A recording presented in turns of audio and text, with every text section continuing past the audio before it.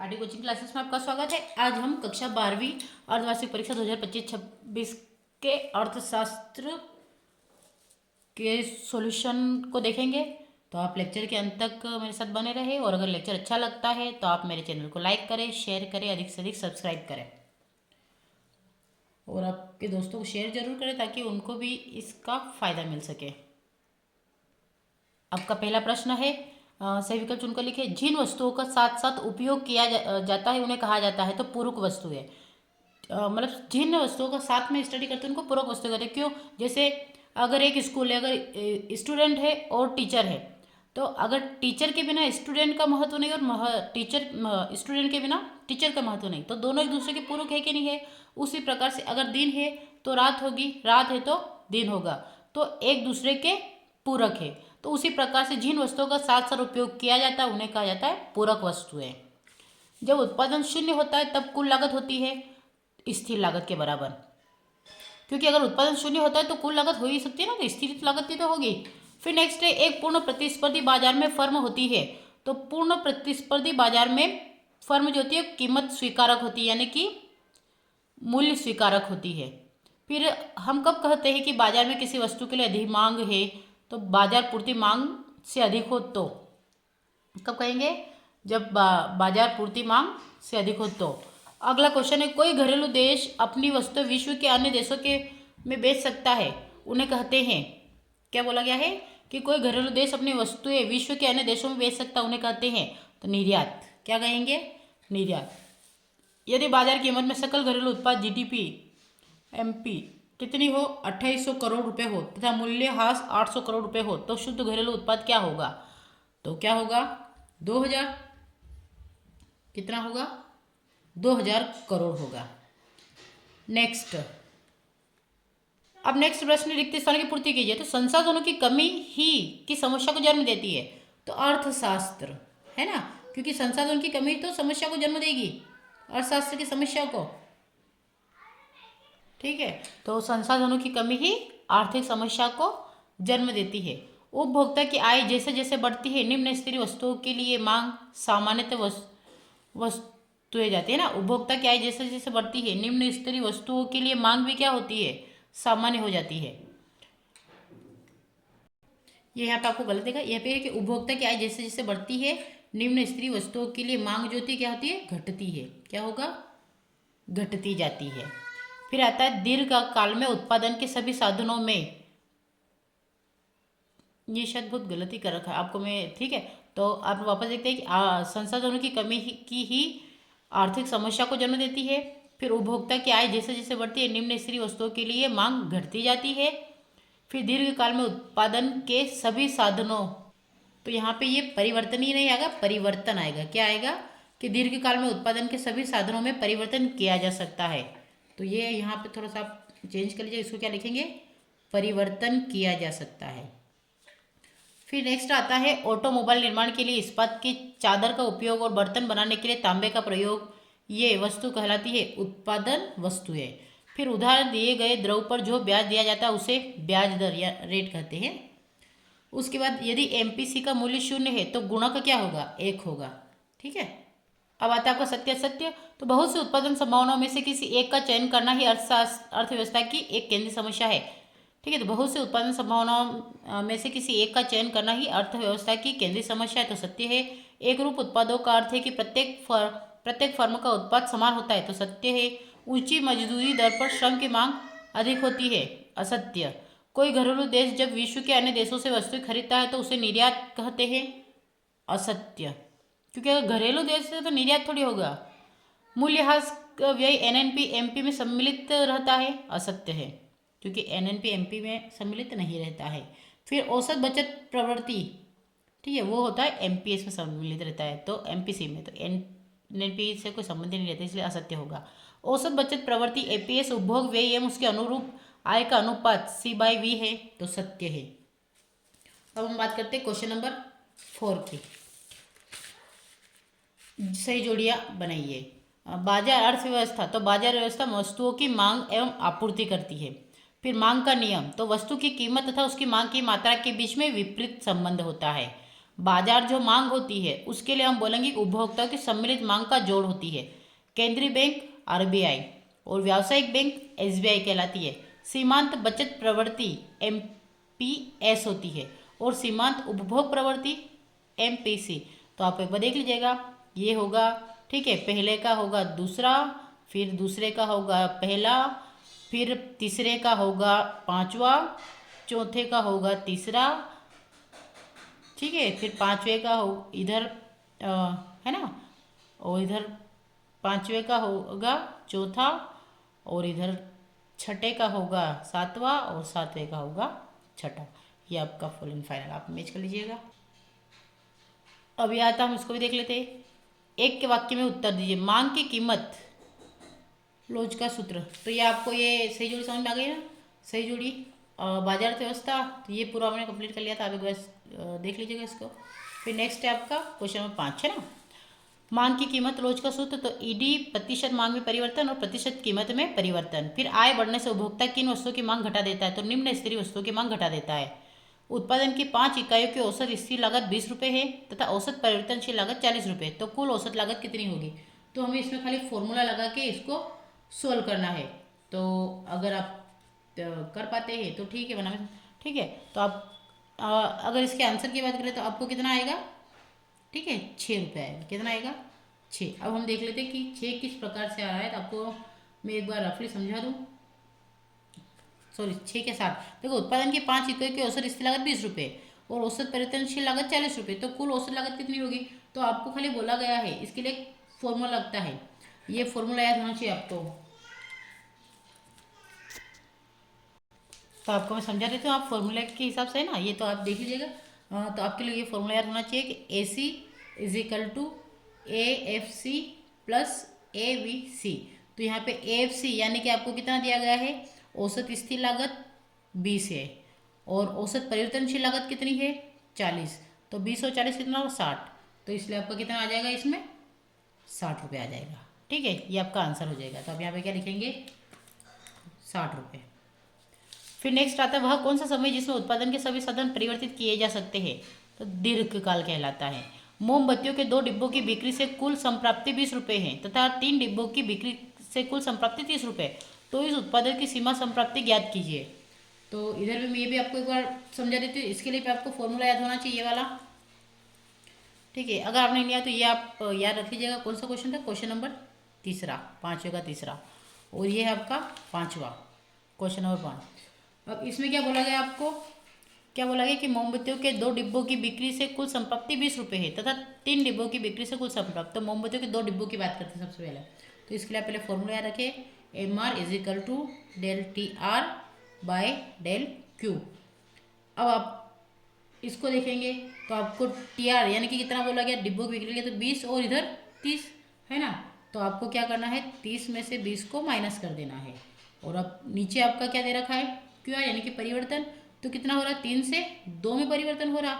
तो यहाँ देखिए कितना है आपका 10, ठीक है, और नीचे क्या बचा आपका 1। अब इसको सोल्व करेंगे तो आपका क्या आ रहा है, ये आ रहा है। ठीक है, तो ये आपका हो जाएगा क्योंकि 1 से 10 बार, तो आपका आंसर क्या रहा, 10 रुपये। ओके, ये आपका आ जाएगा 10 रुपये। फिर आएगा क्या होगा यदि बाजार में प्रचलित मूल्य संतुलन कीमत से कम हो। ठीक है, क्या पूछा गया है कि क्या होगा यदि बाजार में प्रचलित मूल्य, ये वाला क्या होगा यदि बाजार में प्रचलित मूल्य संतुलन कीमत से अधिक हो। तो क्या होगा, वस्तुओं की अधिकता उत्पन्न होगी। क्या होगा, तो यहाँ पे आंसर लिख लेंगे हम छठे का, यहीं पे लिख लेते हैं कि वस्तुओं की अधिकता उत्पन्न होगी, अधिकता उत्पन्न होगी।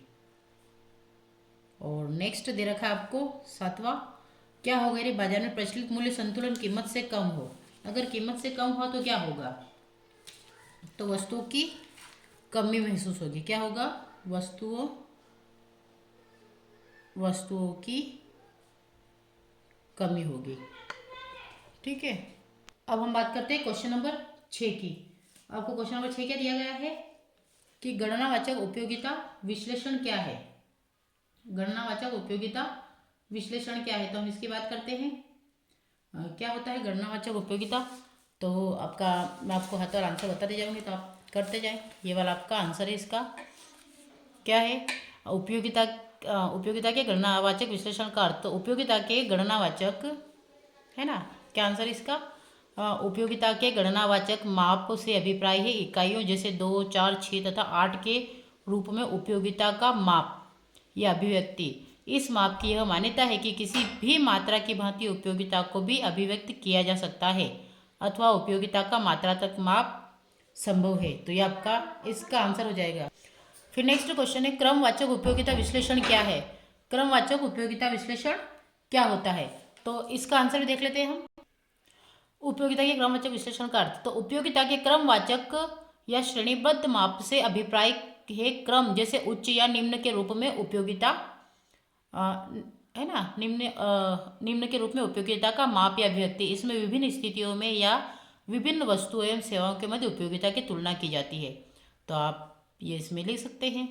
फिर नेक्स्ट की बात करते हैं। फिर नेक्स्ट क्वेश्चन है आपका, औसत उत्पाद किसे कहते हैं? इसका सूत्र लिखिए। क्या क्वेश्चन है? औसत उत्पाद किसे कहते हैं? इसका सूत्र लिखिए।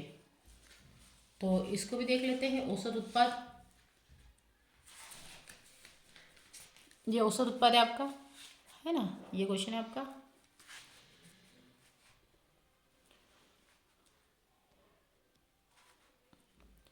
कुल उत्पाद को श्रम की इकाइयों से भाग दे दिया जाए तो प्राप्त उत्पाद को औसत उत्पाद कहते हैं। किसे कहेंगे औसत उत्पाद? कि कुल उत्पाद को श्रम की इकाइयों से भाग दे दिया जाए तो प्राप्त उत्पाद को औसत उत्पाद कहते हैं। ये आपका इसका आंसर हो जाएगा औसत उत्पाद का। यहाँ पे देखा है, औसत उत्पाद वह माप है जो प्रति इकाई आगत से उत्पादित इकाइयों की संख्या को दर्शाता है। इसकी गणना कुल उत्पादन को परिवर्तनीय आगत की इकाइयों से विभाजित करके की जाती है। तो अगर आप इस प्रकार से भी करेंगे तो ये भी आपका सही माना जाएगा। ठीक है। और औसत उत्पादन का सूत्र पूछा तो औसत उत्पादन का सूत्र है TP/L। अब यहाँ पे टीपी की बात करें, टीपी क्या होता है? ठीक है। तो AP जो होता है औसत उत्पादन यानी कि एवरेज प्रोडक्ट, TP यानी कि कुल उत्पादन टोटल प्रोडक्ट, और L होता है परिवर्तनीय आगत की इकाई जिसे श्रमिकों की संख्या। तो ये इस प्रकार से आप इस फॉर्मूले को देख लीजिए क्योंकि आपसे सूत्र भी पूछा था और ये भी तो सूत्र याद है, TP=L। ठीक है, L मतलब लेबर। ये आपका इसका आंसर हो गया। अब हम नेक्स्ट प्रश्न की बात करते हैं। आपका नेक्स्ट प्रश्न क्या है? सीमांत उत्पाद किसे कहते हैं? इसका सूत्र लिखिए। आप सीमांत उत्पाद किसे कहते हैं? इसका सूत्र। तो ये आप यहाँ से इतना कर लीजिएगा। ठीक है। सीमांत उत्पाद किसे कहते हैं? तो उत्पादन की अन्य आगतों को स्थिर रखकर एक अतिरिक्त इकाई का प्रयोग करने पर कुछ उत्पाद में जो वृद्धि होती है उसे सीमांत उत्पाद कहते हैं। ठीक है। जब कारक 2 जब स्थिर रखा जाता है तो कारक 1 का सीमांत उत्पाद होता है। यानी कि सीमांत उत्पाद का फॉर्मूला होता है निर्गत में परिवर्तन, आगत में परिवर्तन, यानी कि ΔQ/ΔX। यहाँ पे डेल परिवर्तन, अब परिवर्तन का सूचक है। ठीक है। और यदि आगत में परिवर्तन विभिन्न इकाई से आता है तब सीमांत उत्पाद निम्नलिखित परिभाषित कर सकता है। तो आपको इतना ही करना है, आपको खाली यहाँ तक करना है, फॉर्मूले तक आपका काम हो जाएगा। ठीक है। सीमांत उत्पाद ही पूछ रहा आपसे। फिर नेक्स्ट क्वेश्चन आता है, पूर्ण प्रतिस्पर्धा की कोई 2 विशेषताएं लिखिए। पूर्ण प्रतिस्पर्धा की कोई 2 विशेषताएं, तो ये भी देख लेते हैं। तो पूर्ण प्रतिस्पर्धा की विशेषता आपकी है तो आपको 2 पूछिए, मैं यहाँ पे 3 बता देती हूँ। प्रवेश और निकास की स्वतंत्रता, किसी भी फर्म के लिए बाजार में प्रवेश करने या बाहर निकलने की कोई बाधा नहीं होती है। दूसरी होती है पूर्ण जानकारी, यानी कि सभी क्रेताओं और विक्रेताओं के पास बाजार की कीमतों और अन्य प्रासंगिक जानकारी के बारे में पूरी जानकारी होती है। और तीसरा आता है आपका कोई व्यक्तिगत नियंत्रण नहीं। ठीक है। तीसरा क्या आता है कि कोई व्यक्तिगत नियंत्रण नहीं, यानी कि कोई भी अलग क्रेता या विक्रेता कीमत को नियंत्रित नहीं कर सकता। कीमतों का कीमतों का निर्धारण बाजार की मांग और आपूर्ति से होता है। तो ये तीनों है, 3 विशेषताएं हैं आपकी। तीनों विशेषताओं को एक एक बार आप देख लीजिएगा। ठीक है, तीनों विशेषताएं है ना, तो आप साथ में नोट भी करते जाए। अगला प्रश्न है, लाभ अधिकतमीकरण की कोई 2 शर्तें लिखिए। लाभ अधिकतमीकरण, तो ये भी देख लेते एक बार। ठीक है, तो इसका भी देख लेते हैं। लाभ अधिकतमीकरण की 2 शर्तें। अब यहाँ पे हम बात करते हैं लाभ अधिकतमीकरण की विशेषताएं, है ना। तो आपको यहाँ पे 2 दे रखी है। ठीक है, अधिकतमीकरण की 2 मुख्य शर्तें। विशेषकर अर्थशास्त्र, इसमें 2 शर्तें होती है, विशेषकर अर्थशास्त्र और गणित में इस प्रकार। तो प्रथम कोटि शर्त होती है, जिस बिंदु पर किसी फलन का अधिकतम मान प्राप्त होने की संभावना होती है वहाँ उसका प्रथम व्युत्पन्न 0 होना चाहिए। और दूसरा होता है आपका दूसरा है आपका, ठीक है, दूसरा क्या आपका, उदाहरण के लिए लाभ अधिकतमीकरण के संदर्भ में यह शर्त है कि सीमांत राजस्व है ना, यानी कि मार्जिनल रेवेन्यू जिसे एमआर बोलते हैं, सीमांत लागत यानी कि मार्जिनल कॉस्ट एमसी के बराबर होनी चाहिए, और इसलिए एमआर एमसी। तो आप यहाँ पे फुल फॉर्म याद रख लीजिएगा कि एमआर का क्या होता है, तो एमआर का होता है मार्जिनल रेवेन्यू, और सीमांत लागत का जो मार्जिनल कॉस्ट एमसी। फिर द्वितीय शर्त क्या होती है, द्वितीय कोटि की शर्त है इसकी कि यह सुनिश्चित करने के लिए कि यह वास्तव में एक अधिकतम बिंदु है न कि न्यूनतम, उस बिंदु पर फलन का द्वितीय व्युत्पन्न ऋणात्मक होना चाहिए, यानी शून्य से कम होना चाहिए। तो आपके पास ये दो आपकी शर्तें दे रखी है, एक पहली वाली ये है, ठीक है, सेकेंड वाली है और पहली वाली है। तो आप दोनों को अच्छे से कर लीजिएगा। अब नेक्स्ट क्वेश्चन की बात करते हैं। अगला क्वेश्चन है आपका, उच्चतम निर्धारित कीमत किसे कहते हैं, उच्चतम निर्धारित कीमत किसे कहते हैं, तो हम इसको देख लेते हैं। उच्चतम निर्धारित कीमत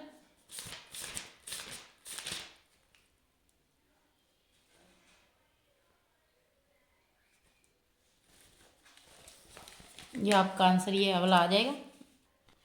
उच्चतम निर्धारित कीमत की बात करें तो उच्चतम निर्धारित कीमत किसे कहते हैं, उच्चतम निर्धारित कीमत किसी वस्तु या सेवा की सरकार द्वारा निर्धारित कीमत की ऊपरी सीमा को उच्चतम निर्धारित कीमत कहते हैं। क्या कहते हैं, किसी वस्तु या सेवा की सरकार द्वारा निर्धारित कीमत की ऊपरी सीमा को उच्चतम निर्धारित कीमत कहते हैं। ये आपका क्वेश्चन नंबर 9 है, और इसके 9 का अथवा वाला भी ये क्वेश्चन है, ये दे रखा है 9 के अथवा में, निम्नतम निर्धारित कीमत किसे कहते हैं, निम्नतम निर्धारित कीमत, ठीक है। तो निम्नतम निर्धारित कीमत सरकार द्वारा किसी वस्तु या सेवा के लिए निर्धारित न्यूनतम सीमा को निम्नतम निर्धारित कीमत कहते हैं। ये दोनों होगा आपकी उच्चतम निर्धारित कीमत और निम्नतम निर्धारित कीमत। हमने अभी दोनों क्वेश्चन देख लिए, उच्चतम निर्धारित कीमत और निम्नतम निर्धारित कीमत। इसके बाद आता है श्रम बाजार में, है ना। नेक्स्ट क्वेश्चन क्या है, श्रम बाजार में मजदूरी दर किस प्रकार निर्धारित की जाती है, श्रम बाजार में मजदूरी दर किस प्रकार निर्धारित की जाती है, तो ये भी देख लेते हैं हम। तो ये इसका आंसर है, श्रम बाजार में मजदूरी का निर्धारण होता है। तो श्रम बाजार में मजदूरी का निर्धारण उस बिंदु पर होता है जहां श्रम की मांग एवं श्रम की पूर्ति परस्पर होती है। तो आप इतना आंसर लिख दीजिएगा, श्रम बाजार में मजदूरी का निर्धारण कहाँ होता है, तो श्रम बाजार में मजदूरी का निर्धारण उस बिंदु पर होता है जहां श्रम की मांग एवं श्रम की पूर्ति परस्पर होती है। ये आपके क्वेश्चन नंबर 10 का आंसर है। अब 10 के अथवा की बात करते हैं। वहाँ पे 10 के अथवा में पूछा, यही क्वेश्चन है, ये वाला पूछा गया है कि श्रम का सीमांत संप्राप्ति उत्पाद किसे कहते हैं। तो श्रम का सीमांत संप्राप्ति उत्पाद किसे कहते हैं, श्रम की प्रत्येक अतिरिक्त इकाई के लिए उसे जो अतिरिक्त लाभ प्राप्त होता है वह सीमांत प्राप्ति या तथा सीमांत उत्पाद के गुणनफल के बराबर होते हैं। इसे श्रम का सीमांत संप्राप्ति उत्पाद कहते हैं। तो आपका ये यहाँ से लेके यहाँ तक कर लीजिएगा, ये श्रम का सीमांत संप्राप्ति उत्पाद है, क्वेश्चन नंबर 10 का अथवा। अब हम बात करते हैं क्वेश्चन नंबर 11 की, प्रौद्योगिकी प्रगति एक फर्म के पूर्ति वक्र को किस प्रकार प्रभावित करती है। तो इसका देख लेते हैं हम, क्या पूछा गया कि प्रौद्योगिकी प्रगति एक फर्म के पूर्ति वक्र को किस प्रकार प्रभावित करती है, ठीक है। तो ये आपका इसका आंसर यहाँ पे है, प्रौद्योगिकी प्रगति एक फर्म की पूर्ति को किस प्रकार प्रभावित करती है। तो एक निश्चित निर्गत स्तर का उत्पादन करने के लिए क्या बोला गया है, क्या बोला कि एक निश्चित निर्गत स्तर का उत्पादन करने के लिए संगठनात्मक नवप्रवर्तक नई प्रौद्योगिकी के कारण फर्म आगतों की कम इकाइयों का उपयोग करती है, जिससे निर्गत के सभी स्तरों पर फर्म की सीमांत लागत में कमी आएगी तथा कुल सीमांत लागत वक्र दाहिनी ओर अथवा नीचे की ओर शिफ्ट होगा, जिसमें पूर्ति वक्र दाहिनी ओर शिफ्ट हो जाएगा, अर्थात फर्म अधिक इकाइयों का उत्पादन करने में सक्षम हो जाएगी। तो ये आपका 2 नंबर के लिए आपका इतना काफ़ी रहेगा। अब नेक्स्ट क्वेश्चन की बात करते हैं, आगत कीमतें एक फर्म के आपूर्ति वक्र को किस प्रकार प्रभावित करती है। क्या पूछा गया इसमें कि आगत कीमतें एक फर्म के आपूर्ति वक्र को किस प्रकार प्रभावित करती है। तो हम इसको भी देख लेते हैं। तो आपका आंसर है कि किसी आगत की कीमत में वृद्धि से वस्तु की उत्पादन लागत बढ़ जाती है और लाभ कम हो जाता है, अतः किसी आगत की कीमत में वृद्धि से पूर्ति में कमी हो जाती है, ठीक है। तो ये आपका आगत प्रभावित करने के कारण, और ये आपका ग्राफ हो जाएगा। तो आप ये ग्राफ बना लीजिएगा, y, ठीक है, y, उसके बाद S0, तो यहाँ से ये डॉट डॉट रेखा के द्वारा प्रदर्शित करना और यहाँ पे करना, ओके, ठीक है, थैंक यू। ये आप तो इतना ही काफ़ी है, आप इतना ही कर लीजिएगा, आपका हो जाएगा कि वक्र को किस प्रकार से परिभाषित करते हैं। तो किसी आगत की कीमत में वृद्धि से वस्तु की उत्पादन लागत बढ़ जाती है और लाभ कम हो जाता है, अतः किसी आगत की कीमत में वृद्धि से पूर्ति में कमी हो जाती है। मैं इसको आपके ग्राफ के द्वारा भी समझा देती हूँ ताकि आपको अच्छे से क्लियर हो जाए। तो आपको एक ग्राफ बनाना है, उसमें क्या करना है आपको, इस प्रकार से ये दो टाइप, ठीक है। तो हम इसको मान लेते हैं, क्या मानते हैं, हम इसे इसको एक्स देते हैं और इसको वाई अक्ष मानते हैं। अब यहाँ पे आपको क्या बोला है, मात्रा बोला है, और यहाँ पे क्या बोला है, कीमत बोला है। तो आप क्या लिखेंगे यहाँ पे, कीमत, ठीक है। इधर हो जाएगी मात्रा और इधर हो जाएगी आपकी कीमत। तो ये जो वक्र है यहाँ यहाँ से आपका स्टार्ट होगा, तो यहाँ से लेकर यहाँ तक जो होगा ये एस एस, और यहाँ से जो डैश रेखा के द्वारा जाएगा इसे बोलेंगे एस नॉट या एस जीरो, तो इसे बोलते हैं, ठीक है। तो क्या हो जाएगा कि किसी लागत की कीमत में वृद्धि से वस्तु की उत्पादन लागत बढ़ जाती है और लाभ कम हो जाता है, तो किसी लागत की कीमत में वृद्धि से पूर्ति में कमी हो जाती है। ये आपका इस प्रकार से आप डालेंगे तो आपको थोड़ा सा क्वेश्चन आंसर का इफेक्ट बढ़ जाएगा आपका, और कुछ नहीं। अब हम बात करते हैं नेक्स्ट क्वेश्चन की, है ना। ये तो हो गया। अब स्टॉक तथा प्रवाह में कोई दो अंतर लिखिए। तो स्टॉक तथा प्रवाह में दो अंतर की बात करते हैं। तो ये दे रखा है आपका स्टॉक तथा प्रवाह अंतर, आपको दो ही पूछा है तो आप दो ही दीजिएगा, क्योंकि दो नंबर के हिसाब से पूछा है। मैं आपको पूरा ही बता रही हूँ। स्टॉक तथा प्रवाह से क्या समझते हैं, स्टॉक तथा प्रवाह अंतर, तो हमें खाली अंतर देखना है। तो स्टॉक वह मात्रा है जिसे किसी समय विशेष पर मापा जाता है, प्रवाह वह मात्रा है जिसे विशेष समयावधि में मापा जाता है। स्टॉक का कोई समय काल नहीं होता और प्रवाह का समय काल होता है। स्टॉक एक स्थिति का अवधारणा होती है, प्रवाह एक है ना, प्रावेगिक अवधारणा होती है। कुछ चरों की स्टॉक अवधारणाएं नहीं होती है और कुछ चरों की केवल प्रवाह अवधारणा होती है। जैसे अगर नहीं होते तो आयात और निर्यात की कोई अवधारणा नहीं होती, लेकिन आयात और इधर आयात और निर्यात की अवधारणाएं होती है। तो ये दोनों एक दूसरे में अलग अलग है, ठीक है। तो आप इनको अपने हिसाब से पूरा कर लीजिएगा। नेक्स्ट क्वेश्चन की बात करते हैं हम। फिर क्वेश्चन क्या है इसके अथवा में, 12 का अथवा, राष्ट्रीय आय गणना की आय विधि तथा व्यय विधि में कोई दो अंतर लिखिए। तो हमें दो अंतर पूछा है, क्या पूछा है कि राष्ट्रीय आय और आय विधि में अंतर। तो आपका पहला क्या है, आय विधि। तो इस विधि में राष्ट्रीय आय का आकलन देश के सभी उत्पादन कारकों द्वारा प्राप्त आय जैसे वेतन, ब्याज, किराया, लाभ को जोड़कर किया जाता है। और व्यय विधि में, इस विधि में राष्ट्रीय आय का आकलन देश में अंतिम वस्तुओं और सेवाओं पर किए गए कुल व्यय को जोड़कर किया जाता है। और दूसरा अंतर है आपका, यह विधि आय अर्जन के दृष्टिकोण से राष्ट्रीय आय ज्ञात करती है। यह विधि आय अर्जन के दृष्टिकोण से राष्ट्रीय आय ज्ञात करती है और यह विधि आय व्यय के दृष्टिकोण से राष्ट्रीय आय ज्ञात करती है। तो आपको दोनों ही अंतर पूछे थे, तो आप दोनों को अंतर को कर लीजिएगा, ठीक है। तो ये आपके क्या हो जाएगा, आय विधि और व्यय विधि में अंतर है ना। तो आपको समझ में आ गया होगा। नेक्स्ट क्वेश्चन, अब हम बात करते हैं क्वेश्चन नंबर 13। उपभोक्ता वस्तुएं किसे कहते हैं, उदाहरण दीजिए, है ना। किसे बोलेंगे, उपभोक्ता वस्तुएं किसे कहते हैं, उदाहरण दीजिए। तो उपभोक्ता वस्तु की बात करते हैं। तो ये आंसर आपका, उपभोक्ता वस्तुएं किसे कहते हैं, है ना। तो उपभोक्ता वस्तु किसे कहते हैं, एक बार देख लेते हैं हम।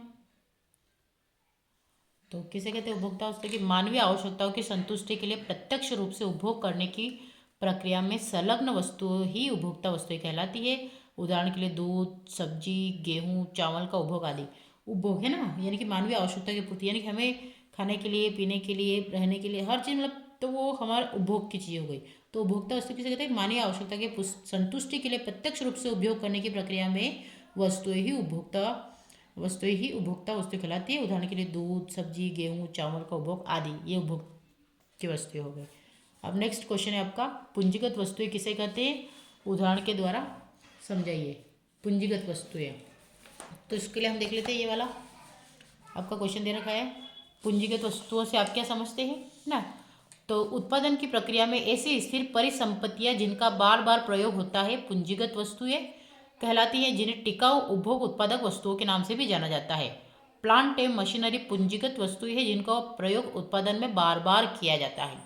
तो इसे क्या बोलेंगे, पूंजीगत वस्तुओं से क्या तात्पर्य है, तो उत्पादन की प्रक्रिया में ऐसी स्थिर परिसंपत्तियां जिनका बार बार उपयोग होता है पूंजीगत वस्तु कहलाती है, जिन्हें टिकाऊ उपभोग उत्पादक वस्तुओं के नाम से भी जाना जाता है।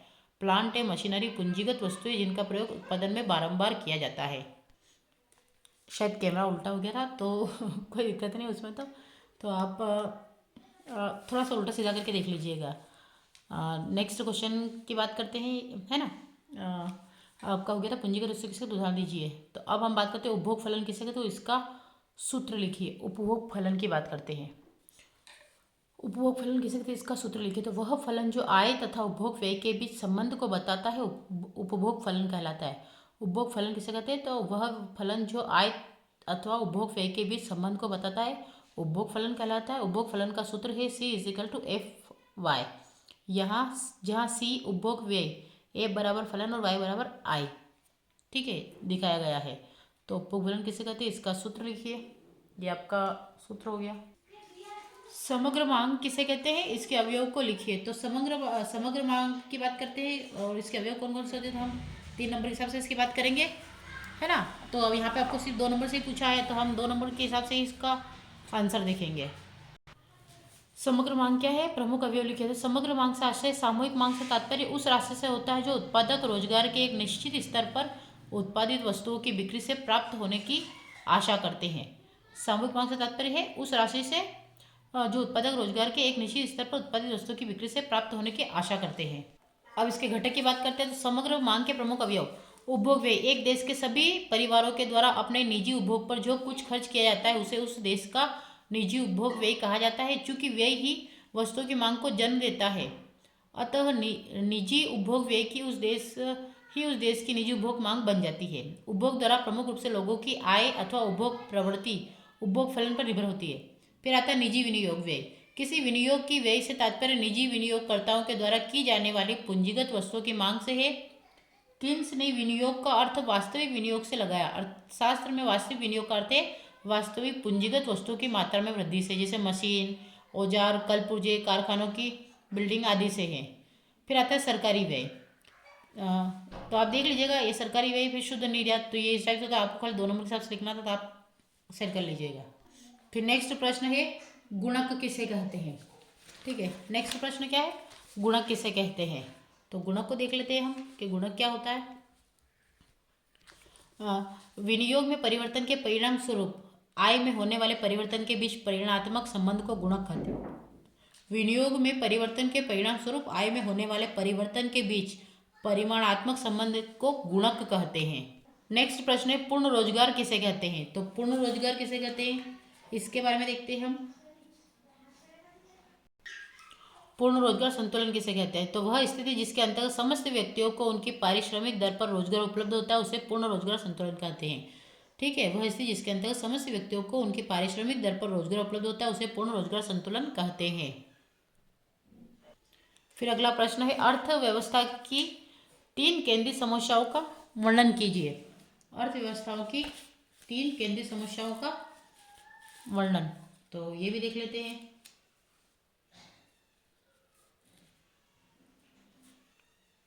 यहाँ पे आपको पूरा बता रही हूँ, पर आपको करना खाली 2 नंबर के हिसाब से ही है। अर्थव्यवस्था की केंद्रीय समस्या की विवेचना। तो अर्थव्यवस्था की केंद्रीय समस्या इस प्रकार है, क्या उत्पादन किया जाए। अर्थव्यवस्था को सर्वप्रथम यह तय करना होगा कि देश में किन किन वस्तुओं का उत्पादन किया जाए। देश की आवश्यकता के अनुरूप इस विषय पर निर्णय लिया जाता है।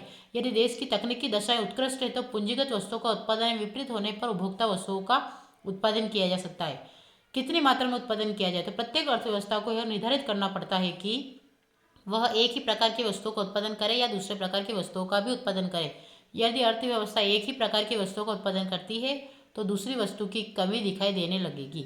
अर्थव्यवस्था में पूंजीगत एवं उपभोक्ता वस्तुओं में से किसी एक अनुपात में पूंजीगत वस्तुओं का उत्पादन हो एवं किस अनुपात में उपभोक्ता वस्तुओं का निर्धारित किया जाता है, ठीक है। इस पर आधारित सिद्धांत पर तो आप तो यहाँ तक कर लीजिएगा, हो जाएगा। फिर नेक्स्ट वस्तुओं का उत्पादन कैसे किया जाए। तो केंद्रीय समस्याओं में यह भी तय किया जाता है कि निर्धारित वस्तुओं का उत्पादन कैसे किया जाए, अर्थात यदि देश में कुशल श्रमिकों की उपलब्धता है तो श्रम प्रधान तकनीक, और यदि उनकी उपलब्धता नहीं है तो पूंजी प्रधान तकनीक का प्रयोग किया जा सकता है। संक्षेप में इस सिद्धांत का पालन किया जाता है। फिर आता उत्पादन किसके लिए किया जाए। तो अर्थव्यवस्था यह भी तय करती है कि उत्पादन किसके लिए किया जाए। और संपूर्ण अर्थव्यवस्था के उत्पादन को व्यक्ति विशेष में किस प्रकार विभाजित किया जाए कि जिससे वह आवश्यकता की पूर्ति कर सके। इसका विभाजन आय के वितरण पर निर्भर करता है। तो आप देख लीजिए केंद्रीय समस्या की विवेचना में। फिर नेक्स्ट क्वेश्चन है व्यष्टि अर्थशास्त्र की कोई 3 विशेषताओं का वर्णन कीजिए।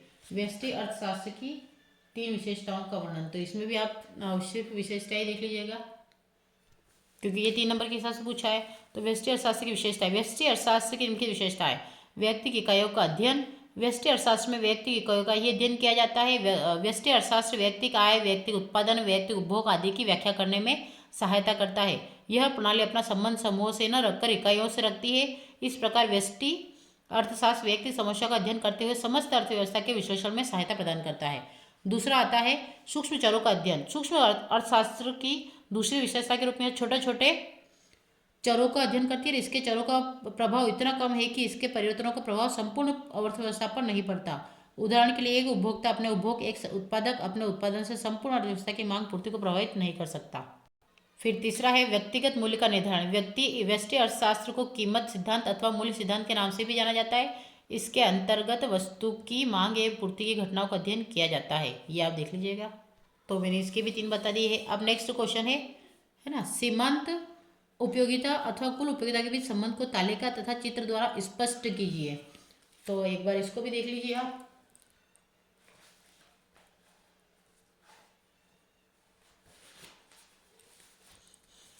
तो ये आपका दिया गया है, ठीक है। यहाँ से चालू करते हैं। वस्तु की उत्तरोत्तर इकाइयों के उपभोग से उसकी हर अगली इकाई से मिलने वाली उपयोगिता क्रमशः घटती चली जाती है और इसी नियम के अनुसार कुल उपयोगिता एवं सीमांत उपयोगिता में संबंध निम्न प्रकार से स्पष्ट किया जा सकता है।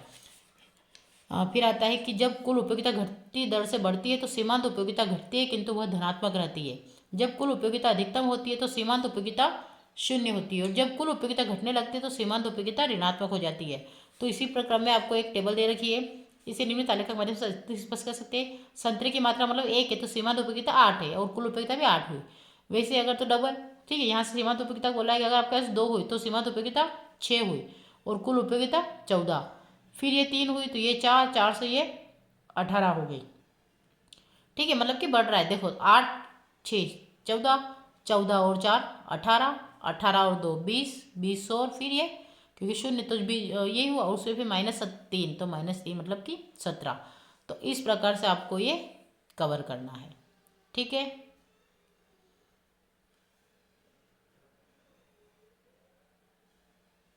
तो ये आपका टेबल हो जाएगी। अब यहाँ वक्र की बात करें तो उपयुक्त संबंध को निम्न चित्रों के साथ अधिक स्पष्ट किया जा सकता है।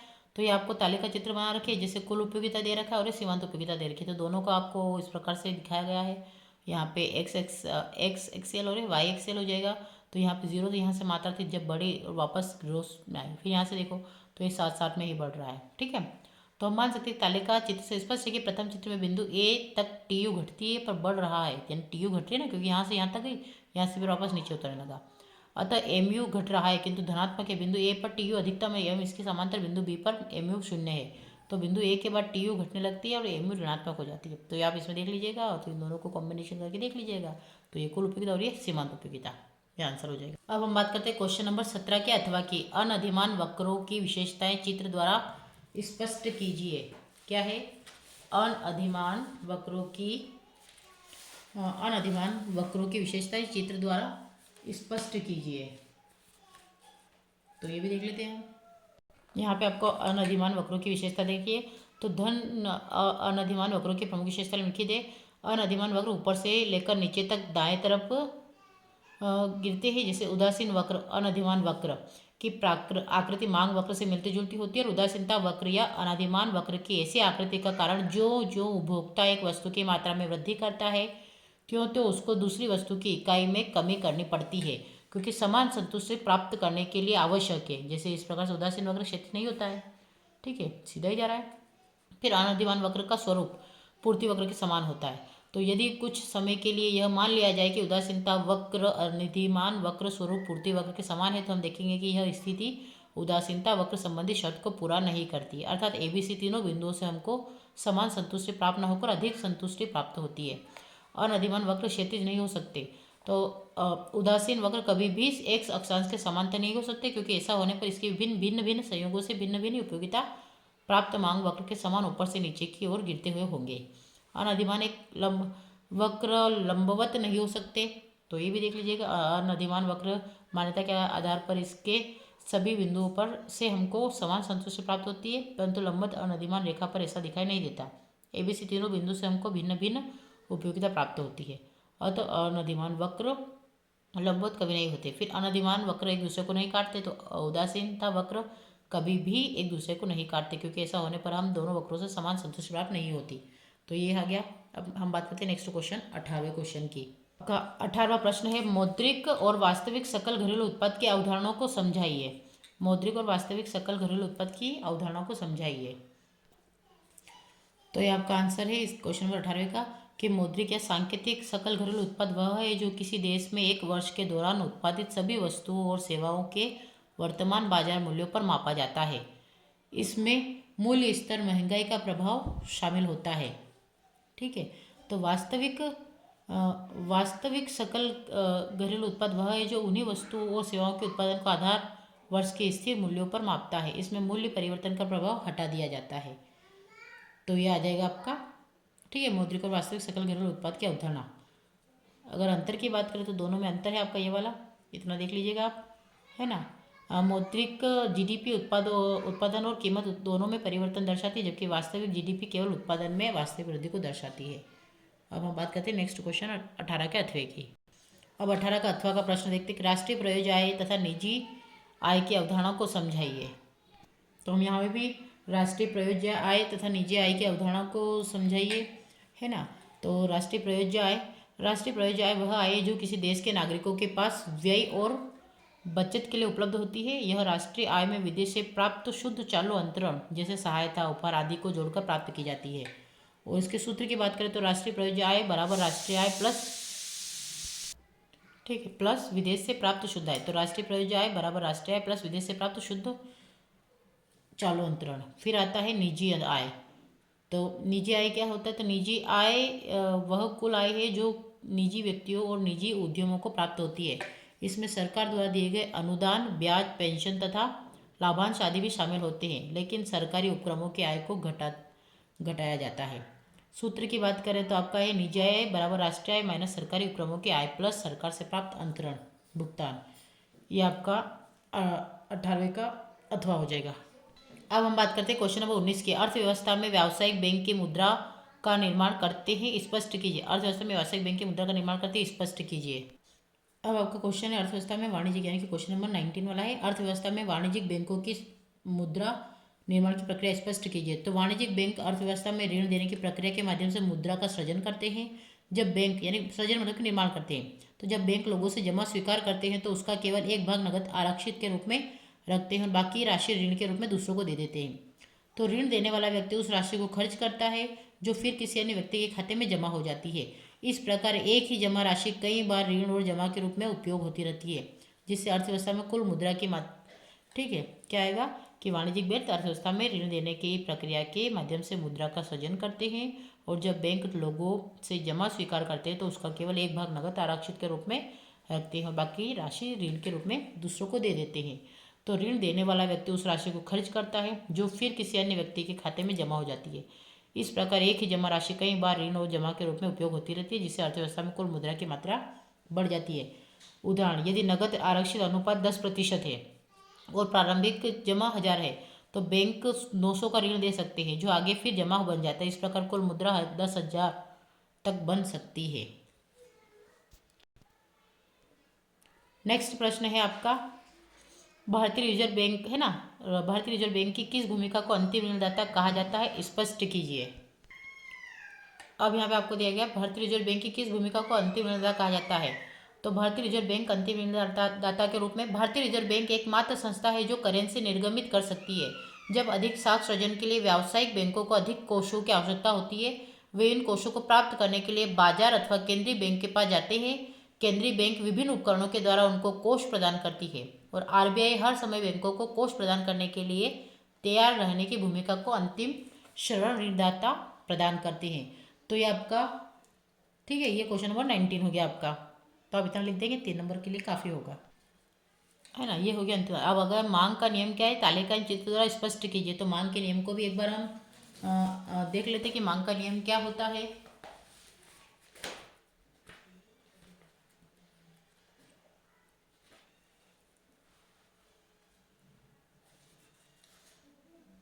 नेक्स्ट आपका मांग है ना, मांग का नियम क्या है, तालिका चित्र द्वारा। तो मांग का नियम वस्तु के मूल्य और मांग के संबंध को स्पष्ट करता है और किसी वस्तु के मूल्य में वृद्धि होने पर उसकी मांग कम एवं किसी वस्तु के मूल्य में कमी होने पर उसकी मांग बढ़ जाती है। तो आपको ये मांग का नियम क्या है, इसकी परिभाषा के रूप में आपको इतना लिख देना है। अब इसके आगे चित्र और ये देखते हैं। अब आपको दिया गया उदाहरण द्वारा स्पष्टीकरण। वस्तु की कीमत प्रति इकाई में और मांग इकाइयों में। तो एक के साथ में 80 है, दो के साथ में 10, 70, फिर 60, फिर 50 और फिर 40। तो इस प्रकार से, तो आपको इस प्रकार से एक ग्राफ बनाना है। देखो यहाँ पे ग्राफ दिया गया है, तो आप ग्राफ को इसके हिसाब से उपयुक्त स्थान से स्पष्ट, जैसे जैसे वस्तु के मूल्य में वृद्धि होती है वैसे वैसे उसकी मांग कम हो जाती है। अतः स्पष्ट है कि वस्तु के मूल्य व वस्तु की मांग में विपरीत संबंध होता है। जब वस्तु का मूल्य 1 रुपये प्रति इकाई होता है तो वस्तु की कीमत 80 इकाइयों की मांग की जाती है। वस्तु का मूल्य बढ़ने पर क्रमशः 2, 3, 4, 5 उसकी मांग भी क्रमशः 70, 60, 50, 40 कम हो जाती है। तो चित्र द्वारा स्पष्ट है कि रेखा चित्र से स्पष्ट है कि डी मांग रेखा ऊपर से नीचे की ओर गिरती हुई होती है। तो स्पष्ट है कि वस्तु की कीमत के बढ़ने पर उसकी मांग कम हो जाती है। जैसे देखिए यहाँ पे आपका क्या था, यहाँ पे 80 तो 1, फिर 60 तो 2, 40 तो 3 और फिर ये, तो इस टाइप से आपकी मांग बढ़ने पर ये घट गया। ठीक है। अब अनधिमान वक्र किसे कहते हैं, तालिका में चित्र द्वारा स्पष्ट कीजिए। वह अधिमान वक्र अवधिमान वक्र यानी कि वह वक्र जो दो वस्तुओं के उन विभिन्न संयोजनों को दर्शाता है जिनसे उपभोक्ताओं को समान संतोष प्राप्त होता है। ठीक है, तो अवधिमान होता है अर्थात उपभोक्ता वक्र पर स्थित प्रत्येक बिंदु के प्रति उदासीन रहता है, क्योंकि हर संयोजन से उसे उस समान उपयोगिता मिलती है। ठीक है, हर संयोजन से उसे समान उपयोगिता मिलती है। अगर हम उदाहरण की बात करें, है ना, उदाहरण तालिका बनाते हैं, तो अगर संयोजन की बात करें तो आपके पास कहता है कि ABC, ये एक साथ बताना मुश्किल है, तो ABC वस्तु के लिए आप देख लेंगे। ठीक है, तो वस्तु X और फिर वस्तु का यहाँ पे 10, 7, 5, 3 और कुल उपयोगिता समान रहेगी। तो इस प्रकार से होगा। तो यह तालिका दिखाती है कि जैसे जैसे उपभोक्ता वस्तु X की मात्रा बढ़ता है उसे समान संतोष बनाए रखने की वस्तु Y की मात्रा घटनी चालू हो जाती है। अगर चित्र की बात करें, यहाँ पे चित्र बना नहीं पाई हूँ, तो आप पहले समझ लीजिए कि क्षैतिज अक्ष पर वस्तु X और ऊर्ध्वाधर अक्ष पर वस्तु Y को दर्शाता है। तो हम जैसे हम ग्राफ बनाते हैं, नॉर्मल एक ग्राफ बनाना आपको भी, और बिंदु ABCD को मिलाने पर वक्र बनता है, उसे अवधिमान वक्र कहते हैं। तब एक अक्ष पर दोनों को बनाना है और यह वक्र दाएं नीचे की ओर ढलान लिए होता है, तो दर्शाता है कि एक वस्तु बढ़ाने पर दूसरी वस्तु का ग्राफ घट जाता है। नेक्स्ट प्रश्न है, एक उत्पादन फलन स्थिर पैमाने के प्रतिफल को कब संतुष्ट करता, वर्णन कीजिए। तो एक उत्पादन फलन स्थिर पैमाना, क्या पूछा है, स्थिर पैमाने के बारे में पूछा है कि एक उत्पादन फलन स्थिर पैमाने, है ना, कि एक उत्पादन फलन स्थिर पैमाने के प्रतिफल को कब संतुष्ट करता है।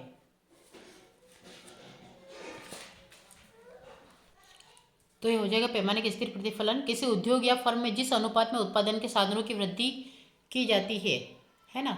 यदि उत्पादन में भी ठीक उसी अनुपात में वृद्धि होती है तो ऐसी स्थिति में उत्पादन पैमाने के स्थिर प्रतिफल का नियम के अंतर्गत प्राप्त होता है। जैसे उत्पादन के साधनों में 20% वृद्धि करने से उत्पादन भी 20% बढ़ेगा, तो यह पैमाने के स्थिर प्रतिफल की स्थिति होगी। पैमाने के स्थिर प्रतिफल के नियम को अग्रलिखित रेखाचित्र स्पष्ट कर सकता है। जैसे ये प्रकार बताया गया है कि 10, 20, 30, 40 यानी 100 की वृद्धि हो रही है ABCD से, तो IP first, IP second, IP third, IP fourth, तो इस प्रकार से आपकी क्रम विनिमय हो रहा है, यानी कि 1 से 100 तक, 2 से 200 तक, 3 से 300 तक, 4 से 400 तक, इस प्रकार से तो आपका ABC क्रम बढ़ रहा है। तो वह प्रस्तुत रेखा चित्र में OX रेखा यानी कि जहाँ यहाँ से लेकर यहाँ तक श्रम एवं OY रेखा में पूंजी लगी हुई है, तो की इकाई को दिखाया गया है। IP first, IP second, IP third, IP fourth, 4 समोत्पाद वक्र, ये वक्र 100, 200, 300, 400 इकाई उत्पन्न की मात्रा को बताते हैं। तो OR रेखा पैमाने की, है ना, OR रेखा पैमाने की इकाइयाँ उत्पादन रेखा है। इसमें ABC एवं D 4 बिंदु है। ये बिंदु श्रम पूंजी की विभिन्न मात्रा को बनाते हैं। चित्र से स्पष्ट है कि OR पैमाने रेखा पर ABCD बिंदुओं के आपस में दूरियां एक समान है, अर्थात AB बराबर BC बराबर CD। इसका अभिप्राय यह है कि जिस अनुपात में उत्पादन के साधनों को बढ़ाया जाता है ठीक उसी अनुपात में उत्पादन की मात्रा भी बढ़ती जाती है। अतः उत्पादन के क्षेत्र में पैमाने के स्थिर प्रतिफल का नियम लागू हो जाता है। अब हम बात करते हैं इसके अथवा की। अब हम बात करते हैं एक उत्पाद फलन वर्धमान पैमाने के प्रतिफल को कब संतुष्ट करता है, वर्णन कीजिए। तो संतुष्टि का पूछा है कि ये कब संतुष्ट करता है, तो इसको भी देख लेते हैं।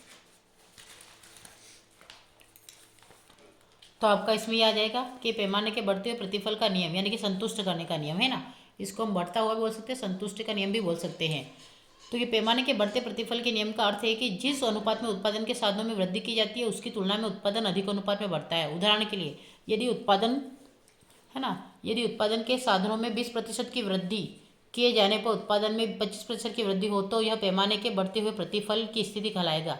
पैमाने के बढ़ते हुए प्रतिफल को हम समोत्पाद वक्रों की सहायता से स्पष्ट कर सकते हैं। जब वस्तु का उत्पादन पैमाने के बढ़ते हुए प्रतिफल के नियम के अंतर्गत होता है, तब विभिन्न समोत्पाद वक्र मूल बिंदु से खींची गई रेखा पर क्रमशः घटती हुई दूरी पर होते हैं। प्रस्तुत रेखा चित्र में ओ एक्स अक्ष में श्रम की इकाइयाँ तथा ओ वाई लंब यानी कि यहाँ से लेकर यहाँ तक में दिखाया गया है। तो ओ आर जो होता है आपका यहाँ से लेकर यहाँ तक का पैमाना सीधी रेखा बनाता है। तो इसमें ए बी सी डी 4 बिंदु जो कि श्रम एवं पूंजी के विभिन्न संयोग यानी कि आपका श्रम और पूंजी दोनों को बताता है। तो E1 E2 E3 और E4 पर समोत्पाद वक्र बताता है। तो उत्पाद को बताते चित्र से स्पष्ट है कि उत्पादन में वृद्धि की दर एक समान है, अर्थात 100 इकाइयों के बराबर, किंतु श्रम एवं पूंजी की बढ़ाई जाने ठीक है कि बढ़ाई जाने वाली इकाइयों का अनुपात घटते हुए क्रम में है, अर्थात 100 इकाई अतिरिक्त उत्पादन करने के लिए पहले की तुलना में कम श्रम एवं पूंजी की आवश्यकता होती है। यह बात पैमाने रेखा में स्थित ABCD बिंदुओं की दूरी से स्पष्ट है। चित्र से स्पष्ट है कि AB की तुलना में BC की दूरी कम है और BC की तुलना में CD की दूरी कम है। इस प्रकार चित्र से बात स्पष्ट होती है कि जिस अनुपात में श्रम और पूंजी की इकाइयों को बढ़ाया जा रहा है, उसकी तुलना में उत्पादन की मात्रा अधिक हो जाती है। तो ये आप एक बार NCERT पढ़ लीजिएगा, NCERT से आपको और सारे आंसर्स प्राप्त हो जाएंगे। अब नेक्स्ट क्वेश्चन है, वस्तु विनिमय प्रणाली क्या है, इसकी 3 कमियां लिखिए। वस्तु विनिमय प्रणाली क्या है, इसकी 3 कमियां, है ना। वस्तु विनिमय प्रणाली की 3 कमियां, तो इसको भी एक बार आप देख लीजिए। वस्तु विनिमय प्रणाली की कमियां,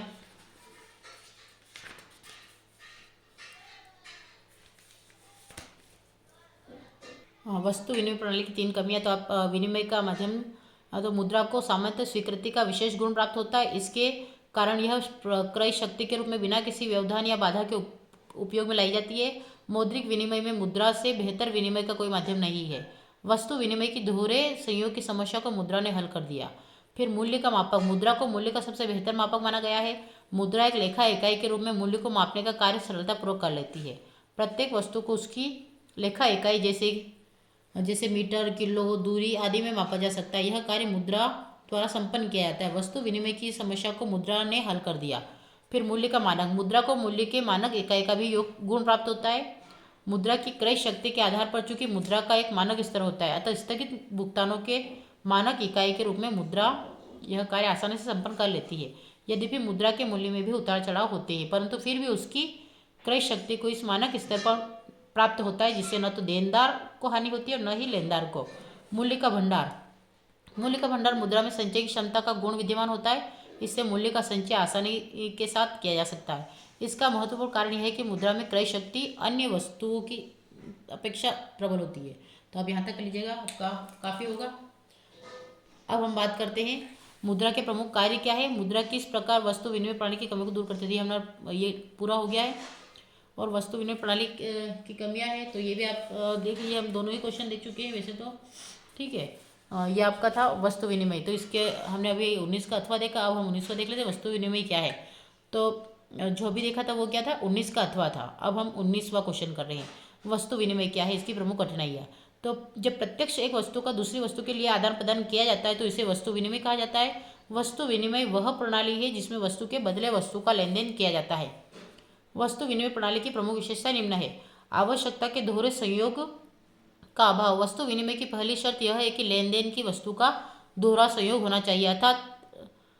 अर्थात राम यदि शाम से चावल के बदले गेहूं देने एवं लेने के लिए तैयार है, तो यही दोहरा संयोग कहलाता है। परंतु वस्तु विनिमय की एक कठिनाई यह है कि वस्तु का दोहरा संयोग नहीं मिल पाता है। यह वस्तु विनिमय की कठिनाई है। मूल्य के मापन की समस्या अभाव। वस्तु विनिमय में वस्तु का मूल्य मापने का कोई सर्वमान्य मूल्य मापक नहीं है। उदाहरण के लिए कितने बोरे चावल के बदले कितने बोरे गेहूं दिए जाए, किसी वस्तु का बाजार में मूल्य मापक न होने से वस्तु विनिमय संभव नहीं हो पाता। फिर आता है मूल्य संचय का अभाव। वस्तु विनिमय का आधार चूंकि वस्तु होती है और वस्तु का संचय करके रखना एक कठिन कार्य है, अतः मूल्य संचय का इसमें अभाव पाया जाता है। मुद्रा की भांति वस्तु में टिकाऊ, ठीक है, टिकाऊपन, गुणवत्ता की समस्या ज़्यादा होती है, मूल्यांतर अधिक हो जा सकता है। वस्तु संचय के लिए अधिक स्थान भी आवश्यक होता है। ये भी संभव है कि वस्तुओं में मूल्यह्रास हो, जिसके कारण उसका संचय नहीं हो पाता। स्थगित भुगतान के मानक का अभाव। वस्तु विनिमय में भविष्य में भुगतान करने में अत्यंत कठिनाई होती है। कोई मानक इकाई न होने के कारण स्थगित या भविष्य के भुगतानों को पूरा नहीं किया जा सकता। तो वस्तु विनिमय वस्तु की गुणवत्ता के विवाद, भुगतान पर असमित मूल्य में उतार चढ़ाव, लाभ हानि की आशंका के कारण संभव नहीं हो पाता। तो आपका क्वेश्चन नंबर 19वां था, ठीक है। क्वेश्चन नंबर 19वां किया हमने, कौन सा वाला, ये वस्तु विनिमय प्रणाली क्या है। और ठीक है, तो वस्तु विनिमय प्रणाली क्या है, ये हमने ये करा है। और उसके पहले हमने करा था मुद्रा के प्रमुख कार्य कौन कौन से, तो वस्तु विनिमय मुद्रा किस प्रकार है। ठीक है, तो आपके दोनों हो गए हैं। अब नेक्स्ट बात करते हैं, मित व्ययिता का विरोधाभास की व्याख्या कीजिए। मित व्ययिता के विरोधाभास की व्याख्या कीजिए, तो इसको भी हम देख लेते हैं एक बार।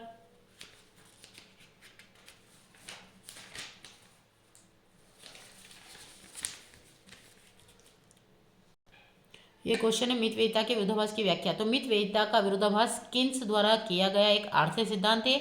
मित व्ययिता के विरोधाभास से अभिप्राय यह है कि यदि अर्थव्यवस्था के सभी लोग अपनी आय से बचत के अनुपात को बढ़ा दे तो अर्थव्यवस्था में बचत के कुल मूल्य में वृद्धि नहीं होगी, क्योंकि यदि प्रत्येक व्यक्ति अपनी आय की तुलना में ज़्यादा बचत करेगा तो कुल मांग कम होने लगेगी, क्योंकि लोग खर्च कम करने लगेंगे। मांग कम होने के कारण उत्पादन घटेगा, जिससे बेरोजगारी बढ़ेगी एवं आय कम होगी।